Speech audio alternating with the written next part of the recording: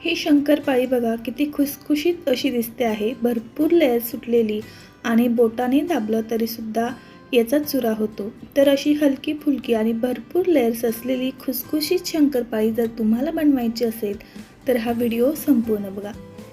या व्हिडिओमध्ये 1 किलो मैद्याच्या अचूक प्रमाणामध्ये आपण ही रेसिपी दाखवलेली आहे.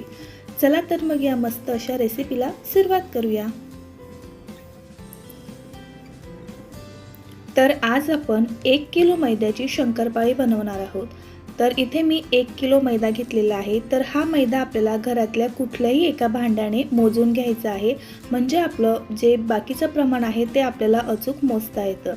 तर इथे मी एक घरातला छोटा बाउल घेतलेला आहे. या बाउलने हा मैदा 3 बाउल भरलेला आहे. तुम्ही कुठलीही वाटी घेऊ शकता किंवा मग तुमच्या घरातील कुठलंही भांडं घेऊ शकता. तर 3 बाउल या ठिकाणी आपण मैदा घेतला. त्यासाठी पाऊण बाउल आपल्याला या ठिकाणी तूप घ्यायचं आहे. तूप हे मेल्ट केलेलं असावं. वितळलेलं तूप आपल्याला पाऊण बाउल घ्यायचं आहे.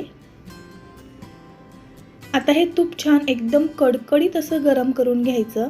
कडकडीत गरम केल्यामुळे आपली जी शंकरपाळी आहे ती अतिशय खुसखुशीत होते. आता हे तूप अगदी कडकडीत आहे, त्यामुळे चमच्याने आपण हे सगळं व्यवस्थित एकदा मिक्स करून घेऊया. सुरुवातीला हाताने अजिबात मिक्स करायचं नाही, नाहीतर हाताला आपल्या चटके बसू शकतात. त्यामुळे हे तूप एकदम गरम आहे तोपर्यंत चमच्याने चांगलं मिक्स करून घ्यायचं आणि हाताला सोसवेल इतपत असं हे मिश्रण झालं की हाताने याला व्यवस्थित असं आपल्याला छान मिक्स करून घ्यायचं आहे.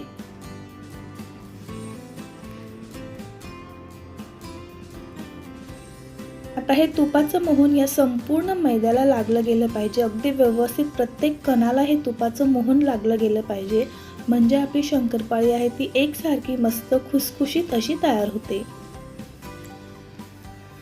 तर बघा, याची अशी एक मूठ बांधून बघायची. तर अशी मूठ बांधली गेली याचा अर्थ असा आहे की आपलं हे तुपाचं मोहन आहे ते अगदी परफेक्ट आहे.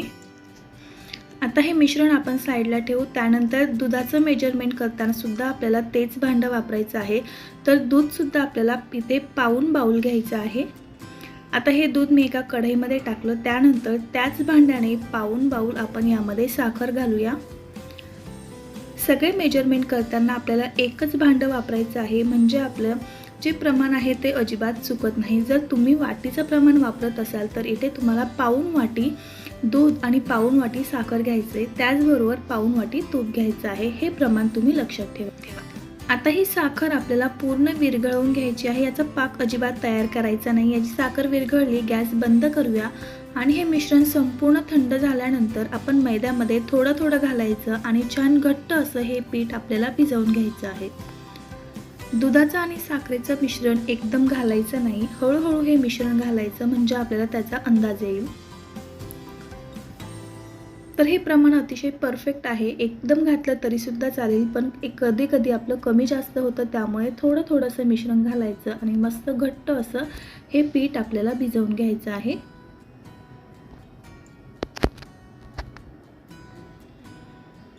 तर इथे मी दुधाचं आणि साखरेचं पूर्ण मिश्रण यामध्ये घातलेलं आहे.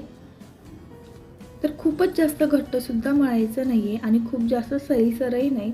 तर बघा, या पद्धतीने आपल्याला हे पीठ व्यवस्थित असं भिजवून घ्यायचं. हे पीठ आपलं भिजवून झालं 10 ते 15 मिनिटं साईडला ठेवून देऊया. आता एक 10 ते 15 मिनिटानंतर आपण याची शंकरपाळी बनवायला घेऊ. त्याआधी पुन्हा एकदा हाताने थोडंसं मळून घ्यायचं आणि याचा एक छोटा गोळा आपल्याला घ्यायचा आहे. या पद्धतीचा थोडासा मोठाच गोळा घ्यायचा. पोळपाटावर पुन्हा एकदा छान मळून घेऊया. हे पीठ आपण घट्टसर भिजवलेलं आहे, त्यामुळे याचे साईडने क्रॅक्स जातात तरीसुद्धा काही हरकत नाही. आपल्याला हे कट करूनच घ्यायचं आहे. तर आता याची आपल्याला जाडसर अशी पोळी लाटून घ्यायची आहे. खूप जास्त पातळ लाटायची नाही. जर याची पोळी आपण खूप जास्त पातळ लाटली तर आपले जे शंकरपाळे आहेत ते छान खुसखुशीत होत नाही. साधारण 1 इंच एवढी आकाराची आपल्याला ही पोळी लाटून घ्यायची आहे. आता साईडने याचे क्रॅक्स केलेले आहेत, तर आपण हे साईडने असं कट करून घेऊया, म्हणजे आपली जी शंकरपाळी आहे तिचा आकार छान एकसारखा असा येतो. साईडचा भाग काढूया. आता याचे आपण चौकोनी शेपमध्ये शंकरपाळी कट करून घेऊ. तुम्हाला हवं असेल तर तुम्ही डायमंड शेपमध्ये सुद्धा शंकरपाळी कट करून घेऊ शकता.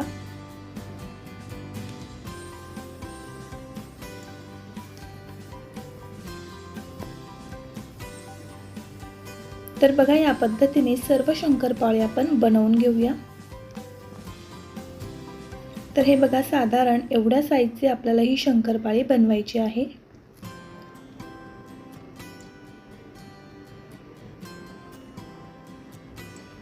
तर आता याच पद्धतीने आपण सर्व पिठाच्या शंकरपाळ्या बनवून घेऊ.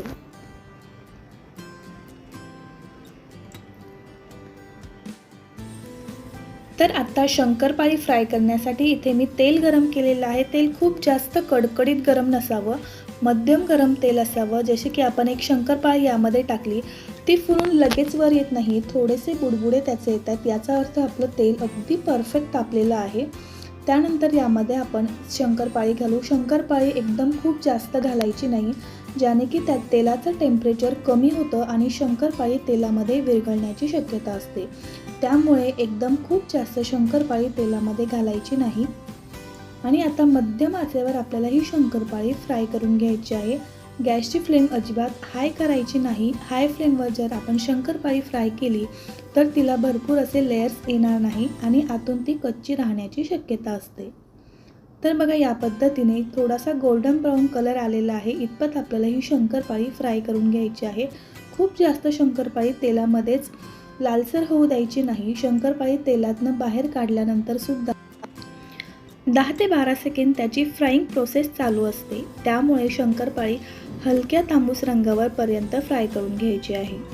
तर या पद्धतीने आता आपण सर्व शंकरपाळी तळून घेऊया. तर इथे बघा, आपली अगदी मस्त खुसखुशीत अशा शंकरपाळ्या तयार झाल्या.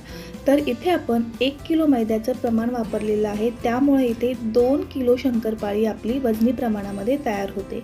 तर इथे तुम्ही बघू शकता, अगदी खुसखुशीत, बिस्किटापेक्षा सुद्धा खुसखुशीत अशी आपली ही शंकरपाळी तयार झाली. तेलात नाही तर तोंडात विरघळणारी अशी ही शंकरपाळी तुम्ही या दिवाळीला नक्की ट्राय करून बघा. ही शंकरपाळी बिना तळलेली बघा आणि तळलेली बघा, अगदी 3 ते 4 पट आपली शंकरपाळी फुललेली आहे.